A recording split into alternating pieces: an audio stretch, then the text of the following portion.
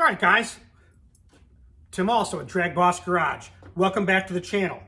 I had mentioned this on another video that I had made about when I opened up some things from subscribers. That's another video. You can check that out. But the Cougar's all done. You've seen it run. You've heard it.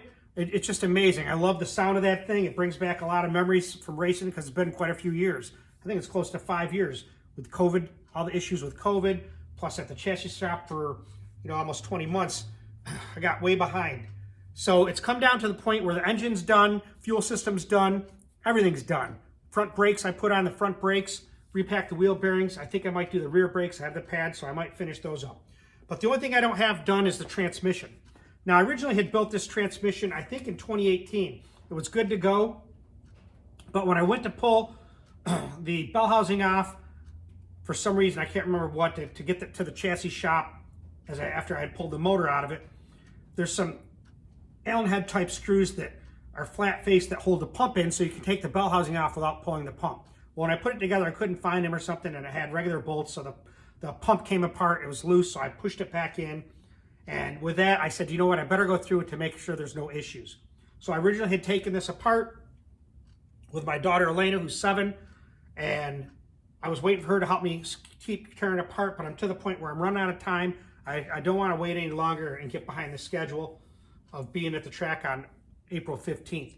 So I'm just going to start working on it. I have time, so I'm going to start pulling it apart and doing what I can do. And she can join in wherever she has time, because she just got into gymnastics, which she loves to do, and she just learned to ride a bike, so she's really concentrating on that. Like I said in another video, I'll put up a quick video of her riding the bicycle for the first time. It's pretty impressive, and she's happy. So I've been building my own transmissions. I told you I worked for a transmission shop, and this has got to be 87, like 87 or 89. I worked for Geddes Transmission in Syracuse, New York. John Salvatierra, you're from that area where I kind of grew up and worked. I worked at Geddes Transmission for a couple of years while I went to college and studied at night so I could get into college. It's actually non-credit math courses. But I learned to rebuild trannies, GM 350, Turbo 400, 904, 727, C6, C4. But I'll tell you right now, it's been so long, I don't think I could do it. Well, I know I could do it if I wanted to. But I've done my own C4s for forever. Now, I can tell you, I'm no expert with building C4s. I know how to take them apart. I know how to measure the clearances. But when it comes to where the oil's going, I'm no professional. I can't tell you where the oil goes in the valve body. It doesn't matter to me. I just want to make sure that I can build a good transmission with good parts and have no issues. And what I've learned over the time, and I've talked to a guy named Jay Broder. Now, he's hooked me up with the parts that I have in this. Originally, I had a performance automatic. I had sent the transmission to there and had to make it the super comp specs. And that was back in 2003. And I'll tell you, it's not that I wasn't impressed with it. It wasn't what I thought it would be. It didn't have the rollerized stuff. They may have them right now, but they didn't back then. So I talked to Jay, who hooked me up with what I needed and some custom parts. And it's been working well since then, over 750 horsepower in the 960 range. This transmission originally came out of a 77 T-Bird that I drove for many years. In fact, I got a picture of it over here. It had a 302 in it. There's me in spring of 1989. I was probably drinking back then. But it was in that car. I got it from a customer. I beat on that car like you would not believe. I think I paid $300 for that car. So I ended up crashing it, and I took out the motor and transmission, and I don't know what happened to the motor. It was at someone's house, and never seen it again, never cared about it. But the transmission case, I kept and rebuilt it. I've been running it since then. So I looked at some of the records I have, because I'm one of those guys that writes everything down. Here's a transmission failure that I had in 11 of 06. So I'm not sure what the whole deal was. I can't remember back that far. But I think I had direct went out on it or something. And I ended up getting parts. That's how I met Jay Broder. And I see here the clearances I have. And that's 11/15/06. New drums, forward and direct. from Jay Broder. So here's the clearances that I have. From back in the day, Jay was telling me to run in the forward 35 thousandths, and then high reverse was 40 to 50. And I had put 6 clutch frictions in it from back then. And here, let's see, 11506, I may have even written it down. Well, here I put in, I had, my forward had 37 thousandths, and then high reverse was 50 thousandths. So then I had measured the snap ring. I went through all that stuff to figure out what I needed to keep record of it so that I have the right clearances. Now what I'm going to do, and I get some information. There's a lot of stuff out there. You can get breakdowns in the transmission. It's pretty much stuff you can do yourself. I've got a bunch of transmission packs from over the years. I never throw anything out. So whenever you need that stuff, it's always there. Gaskets, whatever. So what I'm going to do is tear this down now. Then I'm just going to go ahead and make sure that it's good, and I'm going to reassemble. Now I'm going to take out the clutch packs and look at them all, but I'm not going to pull out the pistons. You know, if you know about building transmissions, I don't want to mess around with that right now. They worked fine. I never raced it, but they worked fine driving, and I don't want to take a chance of messing with it. So I'm not taking it out. Hopefully that's not a mistake, but if it is, you learn from your mistakes. But at least take out the frictions and look at them, and then I'll air check everything and put it back. I'm not going to run the valve body because I had run it before. There's not a lot of smuts in the pan, really hardly anything. So I'll at least pull the valve body off, and I'll show you what we're doing. So let's move on that. It's funny, like I said, I write everything down so I know what I have and what I started with. And here's another. I must have built it again 6 years later in 1/12 of 2012. Reverse was initially was 60 thousandths. I'm not sure what I wrote there. I think that was 9/11/11. And then I changed it to 55 thousandths. And then the forward was changed to 35 because I had 45 here. It looks like scratched out. And I changed to 35 on 1/12/12. So take it for what it's worth. Hopefully I don't confuse with all these numbers. The trick with the valve bodies are you got to treat them with kid gloves. The problem is these are billet aluminum, but they're aluminum, and you got to make sure you tighten them straight. You don't want them warped and leaking through the passages. So on this situation, and I'll show you the video, I'll give you a close-up of what it looks like. You can see it now right here. So it has the performance automatic solenoid right here for the trans brake. Now, Paul Adamatis told me that he doesn't really care for those trans brakes. He says that they have issues with them. I can tell you right now, I've been running the same transmission and the same torque converter for 20 plus years and had good luck with it. I had talked to Stephen Toth, and he told me I should think about getting a different converter because a lot of technology since then. So I unplugged the solenoids for the trans brake here. One is a ground and one is power. And I'd show you before, if you look at the picture, that one of the power wires kind of has a, I don't like the way it fits on here. It's not loose, but I may have to tighten that up. But on the C4, and I use hand wrenches. I don't use the power gun on this just because I don't want to strip bolts. And I can't remember even if I torqued this stuff when I originally built it. I could have. I may not have. I might have just snugged it up by hand. I don't even know. But there's big 5/16 bolts that hold the valve body to the case. And then the other bolts hold the separator plate. So you don't really have to undo those unless you're going to run the valve body. From memory. Like I said, I haven't had this thing out in a couple years, so we'll find out.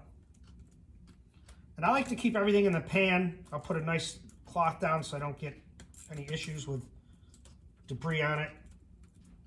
The trick with a valve body is you got to keep it clean, man. Watch out for rags with lint because that can cause an issue with it. You don't want to have that going down.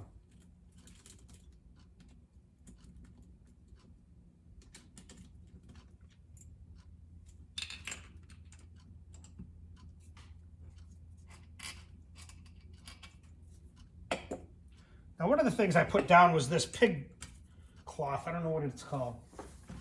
Pig mat. It's great. It soaks up a lot of oils or fluids. It's the greatest thing ever.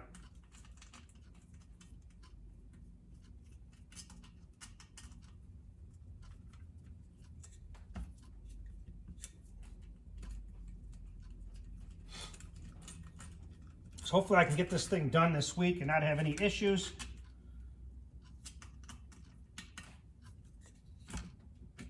Now the thing that you got to watch out when you're taking out the valve body is the manual valve goes back into the case back here. So pay attention to that when you pull it out. The rooster comb is what we call, is what the shift lever goes against. There's a spring, I'll show you.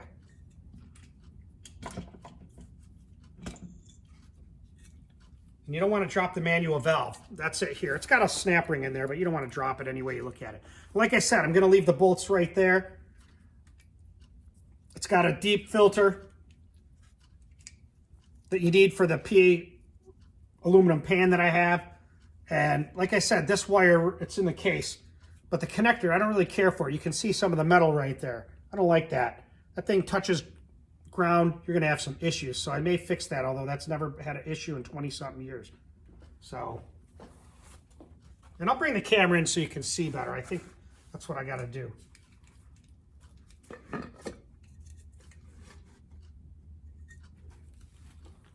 And I like to keep everything covered.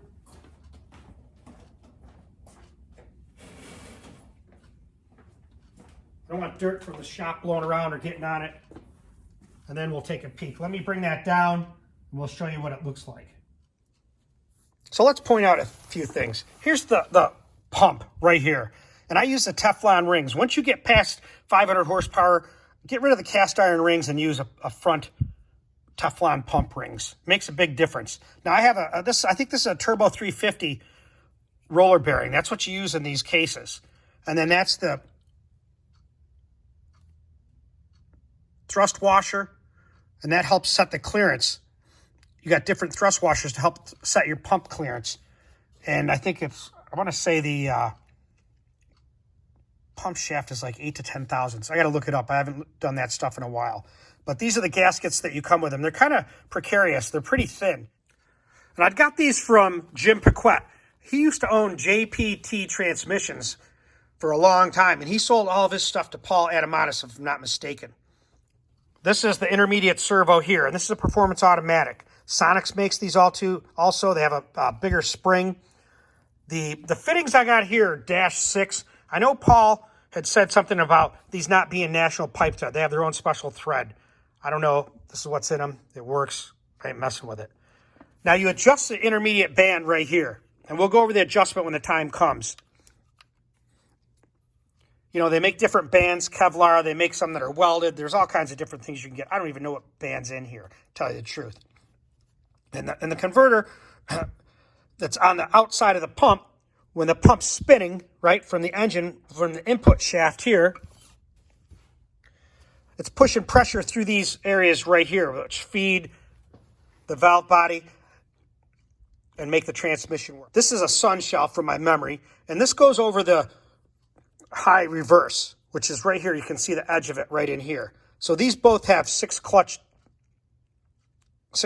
in them. Then there you got a planetary setup here, and I can't remember, but I'm pretty sure I have the 6-pinion planetary setup for this, which I got from Performance Automatic back in the day. Some say that the 3 is better, that it's reinforced with roller bearings. I don't know. I've just been running the same setup, and it works for me. And then reverse band is back here, low reverse.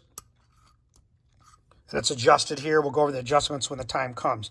These are the governor feeds, if I'm not mistaken, which the tubes used to come through here and then feed the governor. But I don't have a governor on this because it's a full manual valve body. You don't need it. And then the trans brakes integrated into the valve body. It's a special billet valve body. And it's just like a brake solenoid. So that's not the best way. Some of them have the solenoid that go to the outside of the case, and that's how Paul Adamanis is. And I have another valve body. I'll show you a picture of that. So maybe I'll put that in that other transmission when the time comes. There's the rooster comb here. That's how you change the manual valve and put it into different gears. You got to make sure that when you put this together, it's got the correct orientation, and that pushes the parking call back, which is back here. Let me get this transmission set up, and I'll show you what I mean. So you can see right here, when you turn the transmission over, And believe me, this stuff should turn pretty easy when you're doing it. Shouldn't have any binding. And then when you push this rooster cone back, it kicks that out in that cam and locks it into the parking pawl, which is behind the governor. You can kind of see it right in there. Let me see if I can get right in there. You can see the notches right there that it locks into. Now this is my trans brake solenoid right here. It just pushes in. I really never liked the way it was. It just silicones in, but it's been good and doesn't leak. But this wire here kind of bothers me. So the question is, I don't know how much length I got. So I may just change that if I got enough it reaches. If not, I don't know. I ain't worried about it right now. But that's it. That's the basics. So let's get this thing torn apart. I'll tell you, I go through damn rubber gloves like crazy. But so to get the intermediate band out of there, it can only come out one way. You can see it's cut out right here. And this is where it helped with Mrs. DragBoss, so she could get better views of this. So you got to kind of twist it out of there after you get the strut rods out like I showed you. There. And that's the reverse high drum and clutches. So I'm not sure what kind of band this is. I don't think it's much. And it's not really modified, I don't think. It's got some weld marks here, but they make some real Kevlar bands, crazy stuff. This is a run-of-the-mill type thing. But it looks fresh. There's no issues, so I'm not going to mess with it. Now the reverse high clutch setup goes to the, I guess I'd say it's the back of the forward drum. So you kind of just twist it out of there. And there it is, reverse high clutch. The name says what it does.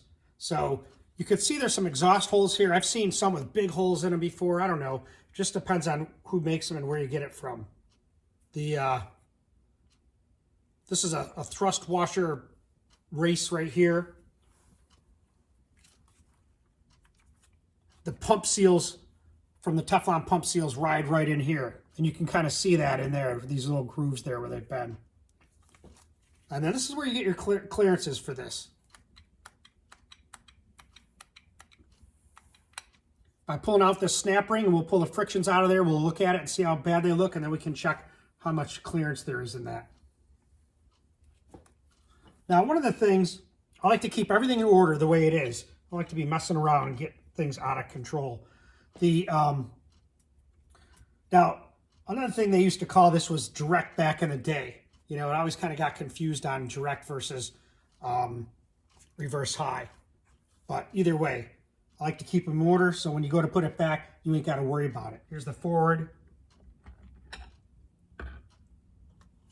Again, this has some holes that are drilled around the outside, I think, to exhaust, to release the clutches easier. One thing that's unique about this is, I think we used to call this the jelly bean because it was kind of shaped like a kidney bean or a jelly bean. And I could find one if we really need to. You can look it up on the net. But this was an area where these would break a lot once you get past, I'd say, 500 horsepower. So the new deal was to weld them all in here, which they're all welded and then machined. And this is a rollerized transmission I got from Jay Broder, like I'd said before. So right there's the roller bearing there. And I'm not sure if these are 350 turbo ones. I thought they were more encased, like the other one I'll show you. But you can see the frictions right in there. You know, and I think we always went from, I want to say 25 to 35 is what I remember Jay saying. And then the reverse high were like 50 to 60. One of the things you got to pay attention to is that Belleville spring. It's kind of a waffle looking type spring. You can see the little holes in it there. When you get high pressures or these clutches burn, that Belleville spring can flip, and then you lose it right there. So you're forward. Now these fit right in to the reverse high like this. And I like to put it back together just so it sits there when I take it apart. And you can see that. You just kind of rotate them, and there are all these little teeth on the waffle plate, or the friction. And then here's the race for that roller bearing that goes right there. Now the next thing to come out is like the forward clutch gear.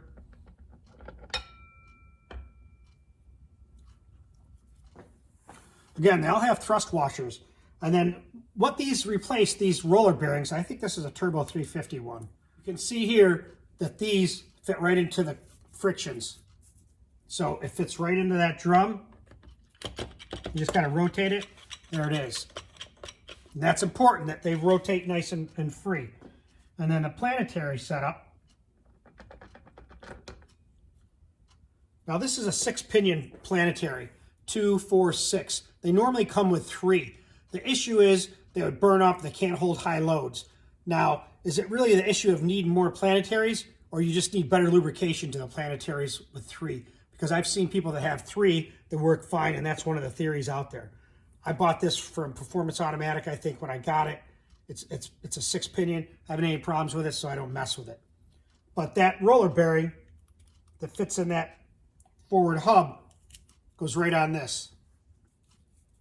And that's the rollarized transmission you hear about. So let's put it back. I don't like mixing stuff up. And then the next thing to come out, I call it the sun shell. Love that noise. But this goes inside that 6 planetary aspect. And these notches hook up with the drums on the reverse high and interlock. And I'll show you a better picture when I get the camera down. So I like I said, put it right back the way it was. And now you can't rotate it because it's locked into those teeth. Then comes reverse planetary. And this is aluminum. Doesn't seem like it's very heavy duty. Don't have any issues. These are cut for roller bearings. Now, one of the things I had mentioned before, I think, either way, get yourself some trans prep assembly lube. It's great to hold on thrust washers or these roller bearings, so when you assemble it, even if you do it on the horizontal position, it works well. I don't usually do that. I cut a hole in this bench so I can set the transmission right in there and things fall right into place.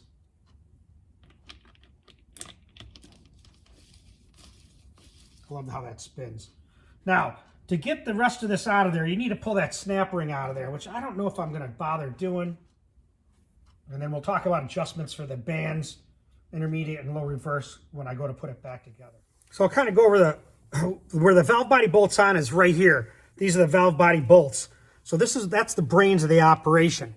So the intermediate servo, this is the apply. When you want to apply the piston test it, you push right here with some air. You'll see the band open, apply and unapply. This is like where the release is. Then the next thing is the pump in. So that's the pump from the pump in, okay? And then the pump out is this. Now, what you have next to it then is the reverse high clutch. So when you push air to this, you're going to hear that drum go the same way as the servos. You'll hear it apply. So that's the reverse high. So when you apply air here, that applies a forward clutch. You'll hear the same thing. You don't want to hear it leaking like crazy. And then that is converter in. That's a key area. And then that's the pump out, going back to the converter pump. So that's kind of the basics of it. And those are the air checks we'll do when we put it back together. All right, so let me give you a little bit more better view here. You can see here, this is the low reverse, or reverse gear, I should say. And then that's the reverse drum. There's no clutches in there, frictions, but there's a one-way, like a roller sprag type thing in there. And you can see it turns here. And when you put on the parking paw, it locks it into place. And I showed you that before. So in order to take that apart, you take the snap ring out right here, which I showed you before, and then that slides out that assembly. Now, one of the things I was talking about air checking for the low reverse servo, which is here, is this port right here. So make sure your air pressure is turned down. You don't want to blast it with like 100 PSI. Doesn't need much. You can see it apply right here.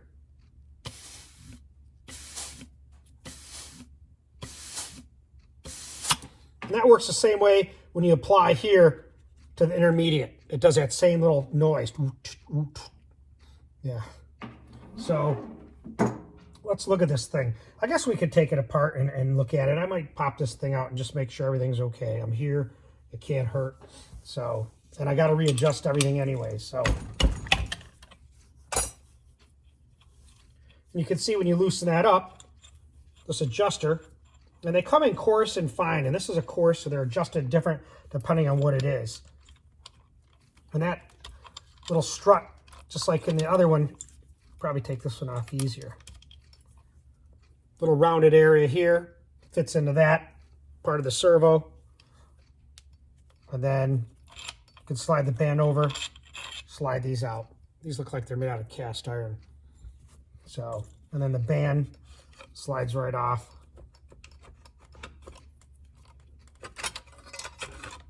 Again, it goes out, it only comes in one way. And this is BandCon, whatever that is. There's really nowhere. There's a little bit right here. But other than that, it looks pretty good. So set it like that. And then if I want to take this piston out, it's these bolts right here. So I don't know if I'm going to pop it out of there. It worked good. But you know what? Let's take it out. It's not a big deal. This way you can kind of see what's going in there.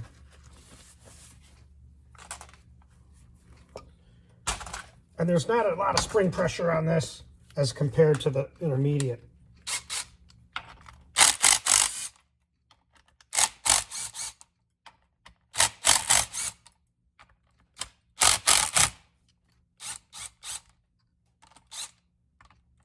You can see, well, you probably can't see it, but there's fluid leaking all over the place now, which is okay.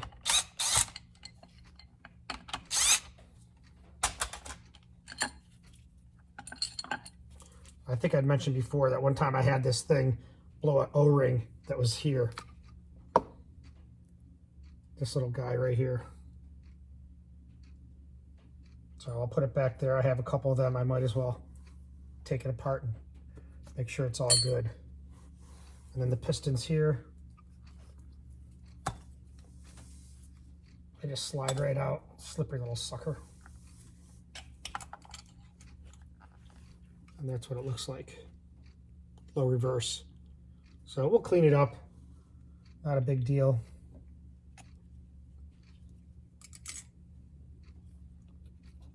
And I might as well take out the intermediate too while I'm there. But you can see the tranny fluid in there. So let's try to, instead of making a mess. Yeah, easier said than done, Tim.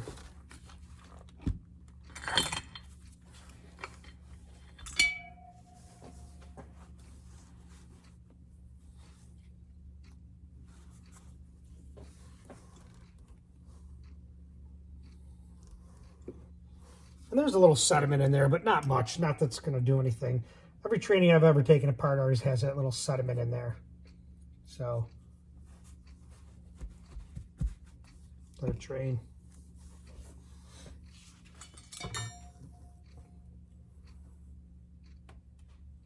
You want to make sure this piston's good. There's no chips out of it or missing pieces. Chunks missing. Looks pretty good. So let's put it over here with the band, along with this piece. And then while we're here, we might as well do the intermediate.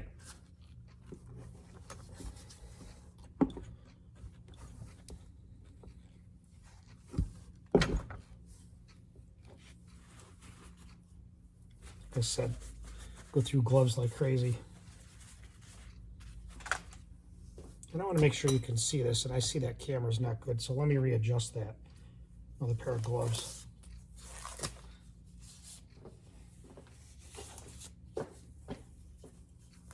My luck, I don't do it, and then I end up with a problem, and it's leaking, and I say, damn it, I should have done that. So, now this has some pressure, so you got to be cautious taking that off.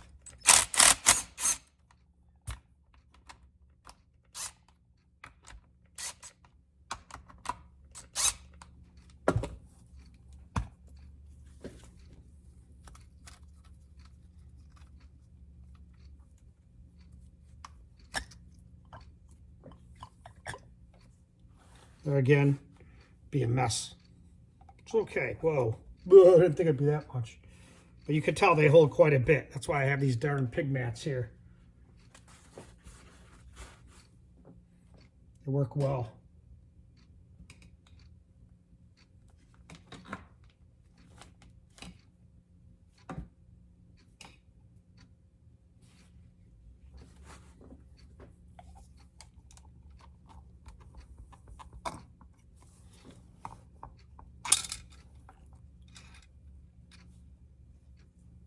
There again, here's the intermediate servo. You can see there's got some old, it's probably clutch material. This has another seal in it and it comes apart.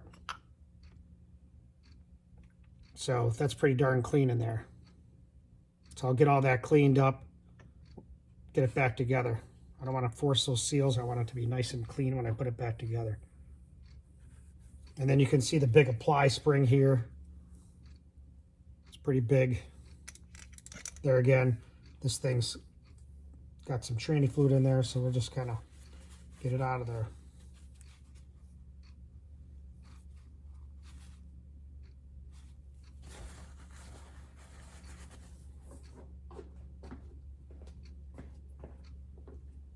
Got a pig mat, let's do it. I found a new pan gasket, that's always good. So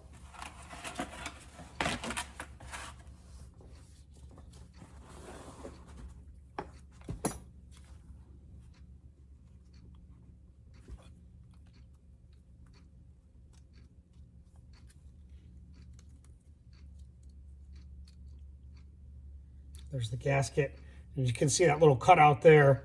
There's a little port here. So you want to make sure that you don't cover up.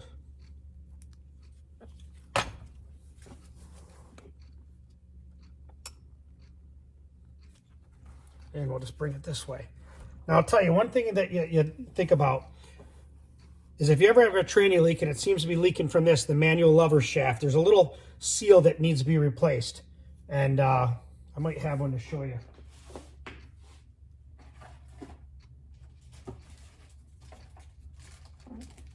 They kind of look like this. I don't know if you can see it in there.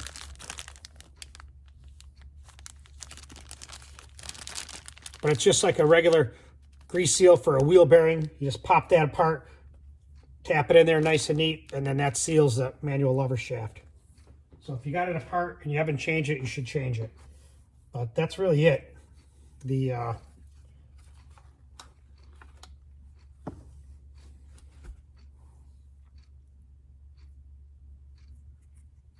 other thing that you can think about is these band adjustment nuts.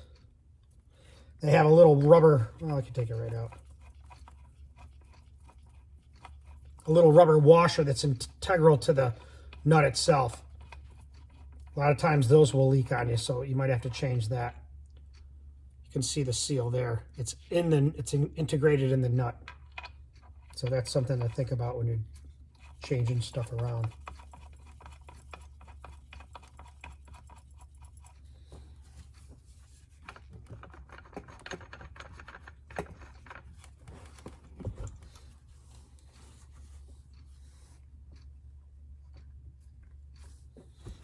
I'll clean up, and if I'm going this far, I might as well pull the reverse drum out so we can all look at it.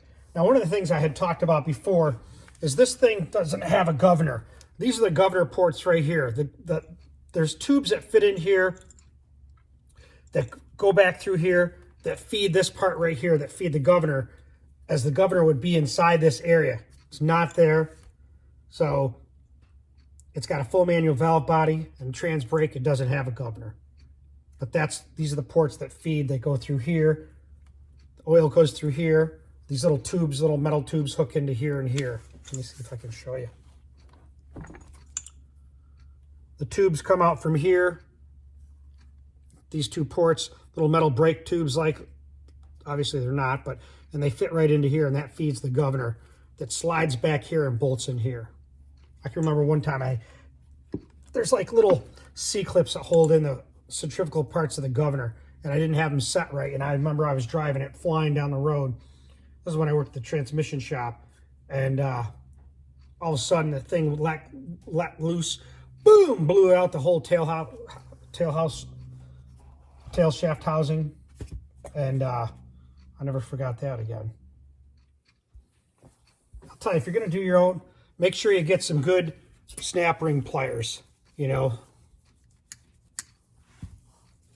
that are quality. I have a pair like this made by Channel Lock, but they're really not that great. They have the tips you can remove and put different tips in. But you get in there to get that snap ring.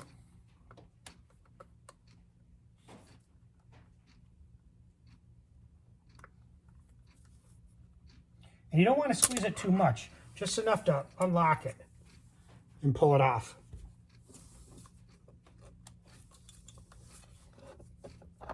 And then you got the reverse gear here. And then this also has a roller bearing here, which fits in that drum. Now that drum comes out of that one-way clutch. You'll see it in there. That roller setup right back here. I don't want to get this screwed up, so let me take care of this.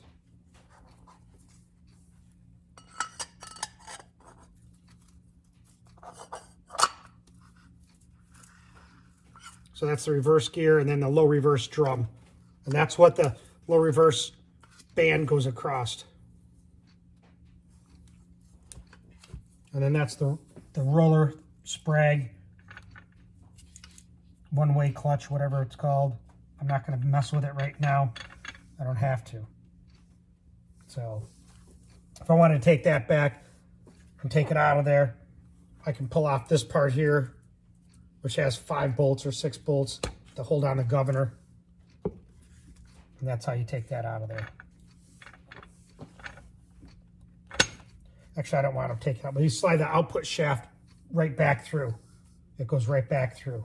And then when you want to take this out, just for your own edification, after you take these 5 bolts out, you can pull, like I said, pull the output shaft, pull these off here, and then underneath there is a retainer that you can use to pop that out of there. It's got 5 bolts on it, so.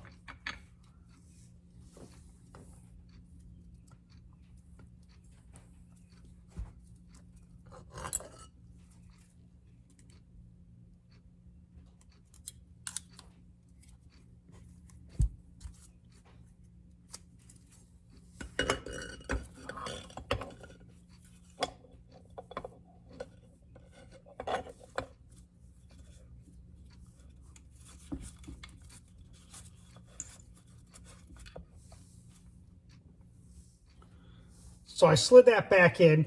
Now you can see it can rotate this way, but it can't go backwards. And that's what that roller sprag does. And sometimes I know Paul Adamanis was saying that if you do your burnouts in 1, 2, and 3, then when you go from 1 to 2, sometimes it can tear that out of there. I don't know.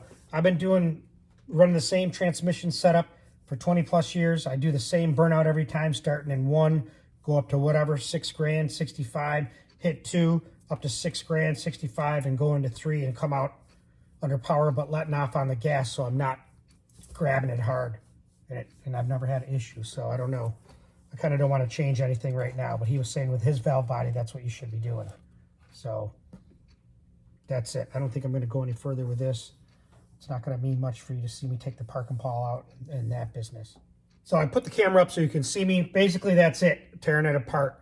It's not a big deal. It's kind of intimidating. I think if I did the valve body, what I'll do is I'll show some pictures when I assemble it, because I don't really feel like taking that all apart. But I'll show you what's inside this valve body. Just for a matter of time, I just want to get this thing back together. So next thing we'll do is we'll measure the clearances in the drums, see what we have, and then we'll pull them apart and look at them and take a peek at the frictions. Hope you guys are getting something out of this video. You know, it's not that technical. You know, I'm not a transmission guru like Paul Adamanis and some of these other guys. Hutch, I think he's from Canada. But I do what works for me, and it's been working for me, so that's how I stick with it. Let's get to checking things out. So I went back through and saw when I had rebuilt this transmission in once, 2006 and again in 2012.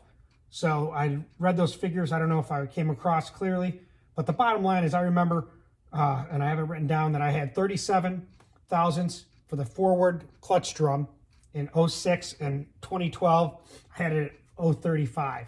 Now, according to Paul Adamanis, he says that it should be at 25 thousandths. And he gets his information from Jim Paquette. That's kind of who he follows. And I had talked to Jim and he had told me that. So let's see what we have now. Let's get the camera down where you can see. So that's the one with, I called it the jelly bean, that's been welded. So I got, let's see, 25 and 16. So that's what, 40, 41. And you can see it sliding right in there. It comes down to how much force do you need to put it in there. It's tight there. So that's 41. We'll do 42. So it's worn there somewhere along the line. Now, right near the edge of the snap ring, it seems a little easier to go. So I check it in a couple different spots. And that's pretty damn tight right there. But it fits, so that's 41. Here's 42. And that ain't going.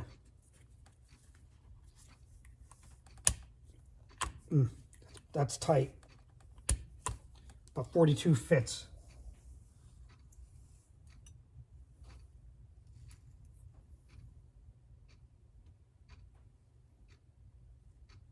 This looks like 44. And that ain't going in there. That did fit there, but it's so close to snap ring. It doesn't matter. At this point, it's out of spec to me, so we need to fix that. So let's pull this apart. Now, like I said, it's got a snap ring here. I should have a nice towel to put this on so I don't make a mess.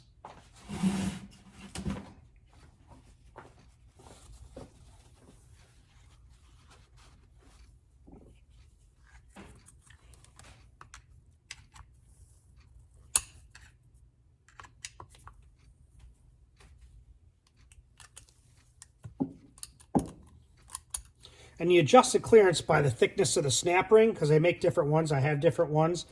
And this plate right here.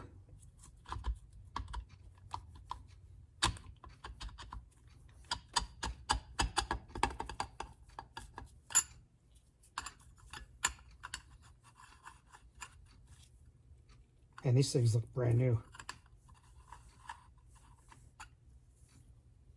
This plate also, the base plate, I can't remember what they're called. Bottom line is they make different thicknesses here. Even the steels are different thicknesses. So that's something to pay attention to. We'll look at those in a second. So here's the forward drum. The clutch pack, or you just saw, the clutch itself is inside here with a rubber O-ring that seals it to this, underneath this Belleville spring. So you got to watch out about this. There's a snap ring right here that holds this in. You pop that out, then the Belleville spring can come out and the clutch piston can come out. I don't want to mess around with that at this point. It worked well, but my clearances aren't the best, so we're going to see if we got some wear in there, or maybe it just isn't set up perfect. Now the question is, do I set it up at 35, which I've ran, or do you use Paul Adamanis' recommendations at 25? So let's see, here's what it is. So this is the spacer that goes against the Belleville spring. And these things look brand new. They look good. You know, and I may call Paul just to kind of get some recommendations if I should put the waffle style in here or whatever. But there's one there. Now, I'll tell you what I have done in the past. These don't look like they got any major hot spots on them. But I used to take and use, I don't know, a 50 grit and just do like a unidirectional finish on them, because I thought that made them grab better. It's one of my little tricks I had. but these look great.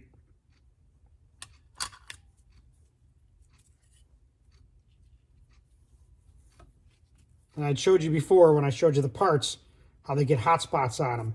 I don't see any on there.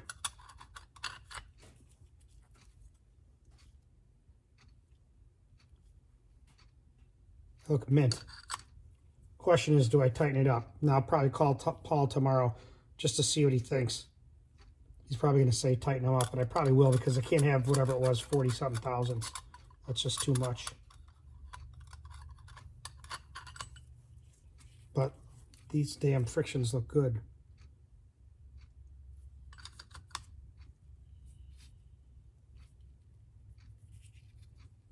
And these steels, like I said, that's how you kind of adjust it. You get different thickness steels, and you put it back together, measure it, and see what it comes up with. And this is a 6 clutch forward. It's like no wear at all on these things. I like that.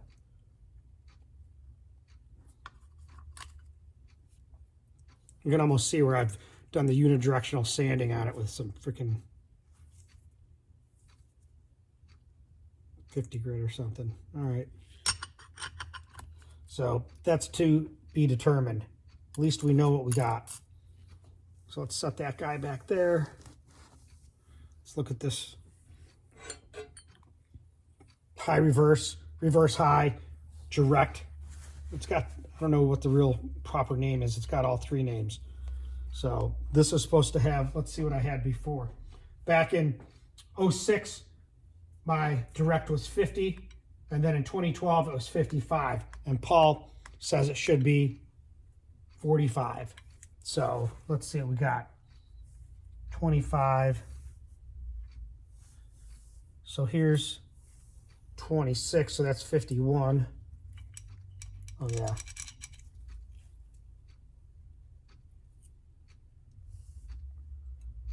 $52.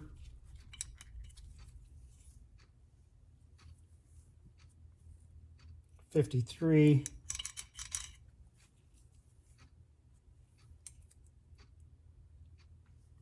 $54.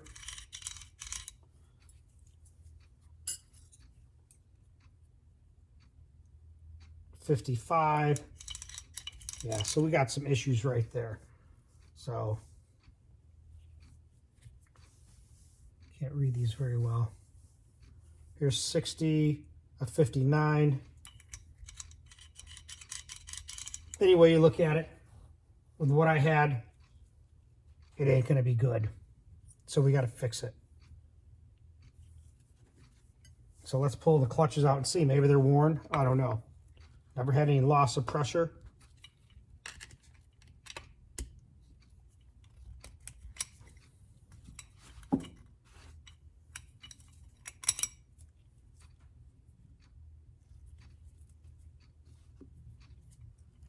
Now these are like a waffle style.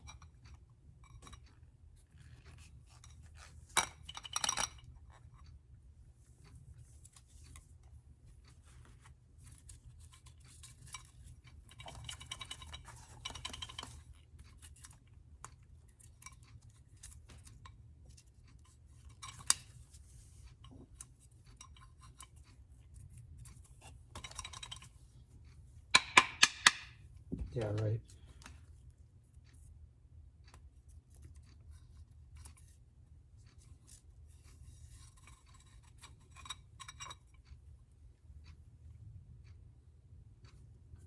And then you can see the big plate in there. I gotta get stuck in there just because of suction from the transmission fluid.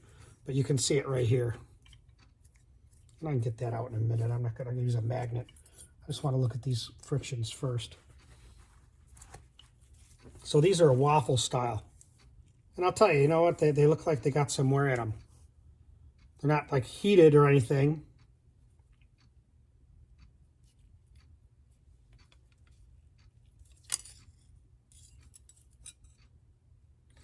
But they don't have the waffle on both sides. It's worn. There's their issue right there. You can see it there.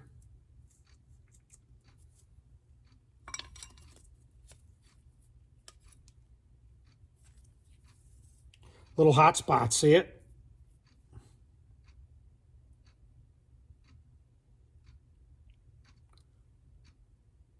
So that's telling me it got a little warm. So I don't know, maybe I will pull it apart. But yeah, the waffle texture that should be on there is worn off. There's a piece of chunk right there that's been worn. I don't know what you can see. Yeah, you can see it right there. And they're there. See, they got a little warm. But I'm pretty sure, like I said, I was racing this thing from 2012 and never messed with it. So we can take care of that.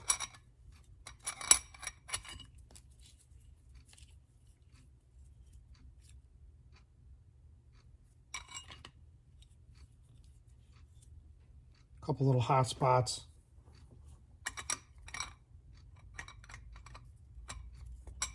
And again, this is a six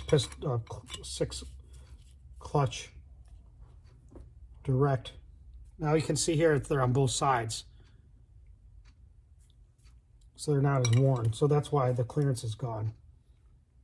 These don't look too hot. Question is, do I have stuff to replace it with?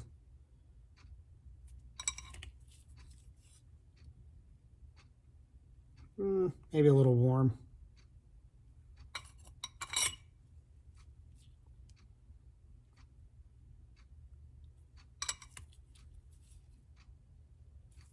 But not bad. And being the top one, you know what you do? You turn it over if you have to, if it's not too bad. Clean it up.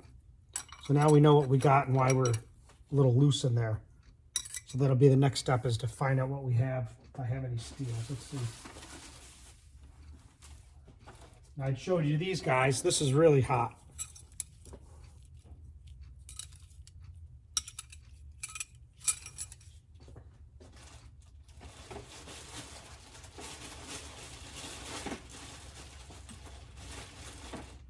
I usually save everything, like I said. Let's see what this is. Oh yeah, my stash. I store them all in tranny fluid, so you can see here.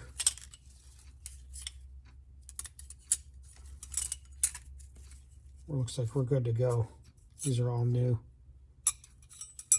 So I'll go through and set them up. I'll show you some video on that. These are the bottoms. And you can see, I don't know if these are different thicknesses, but that's how you set it up. I'll show you. At least I got some spares.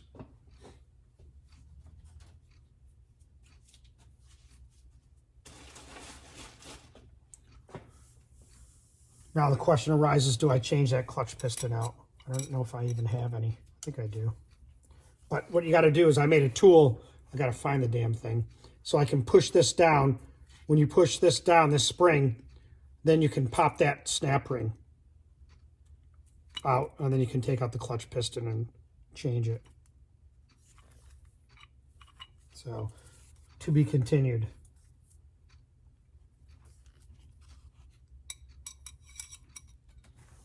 Now I'll cover up everything and I'm done for tonight. Well, there you go. It's kind of a long video. I don't know if you're into watching the whole thing or just cutting bits and pieces out. It doesn't really matter. It's what you want to do. So I'm here. I do it my way, the way I've been doing it. It works for me. I hope you got something out of it and enjoyed the video. I appreciate it if you like it. Subscribe to my channel. Help me build this, so bring you more interesting things and live chats, and it's just got to keep going. So stay tuned. Always seeing and learn something new at DragBoss Garage.